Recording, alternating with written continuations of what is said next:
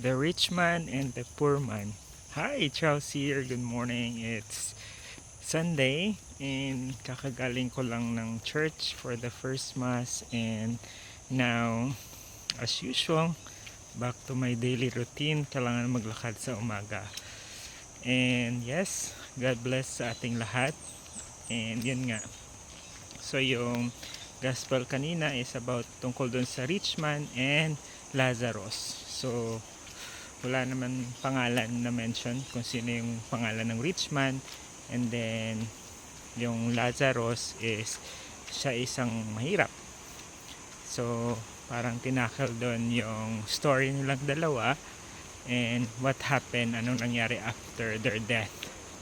So ayan nga, itong rich man is syempre nasa kanya na lahat, kumbaga parang throughout his life parang he has everything. And then there's Lazarus, yung mahirap, poor man na nahihirapan, nanghihingi ng tulong dun sa rich man. And ayun nga, ang nangyari was namatay sila parehong dalawa, but nung nasa heaven na sila is parang tinaas ng Panginoon yung poor man, and yun, binaba si rich man. So ang bahayin pala nun is bakit ganun ang nangyari,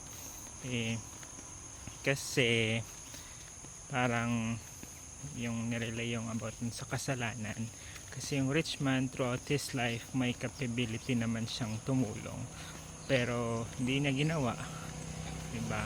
So kumbaga throughout his life dito sa mundo is sana yung mga pagkakataon na yon is tumulong siya or natulungan niya yung rich man, pero what happened was wala, namatan na lang yung poor man,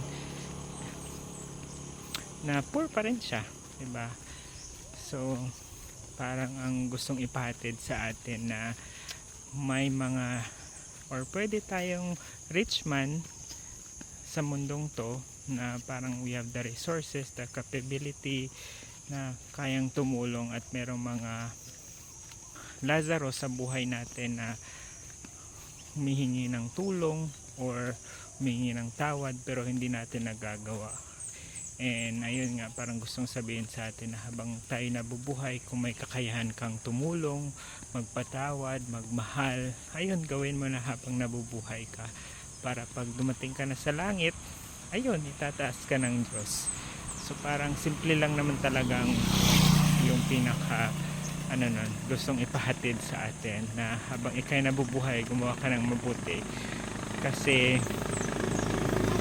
parang yung pare kanina, inano pa niya yung kanta yun, hindi nabubuhay para sa sarili lamang. Hindi ko alam yung title, nakalimutan ko, but yun nga. So while you're here, so kailangan you help others, share goodness and love in any way possible. So if you have the means, do it. Ayan. Or like gaya ng mga ganito, mga content about sharing goodness and love and something good, mga ganong bagay. So I hope sa mga nanonood sa akin dito while I'm alive I'm alive, parang somehow may na-impart ako. Sana Lord, marami pang mga opportunities na mabigay mo sa akin that I could share your blessings to others.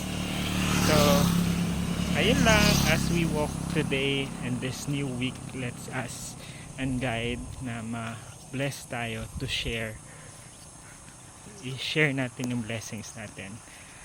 Ayun lang, anyong mama, God bless sa ating lahat. Ayun, medyo madilim guys kasi sobrang maliwanag. Ayun lang, bye bye.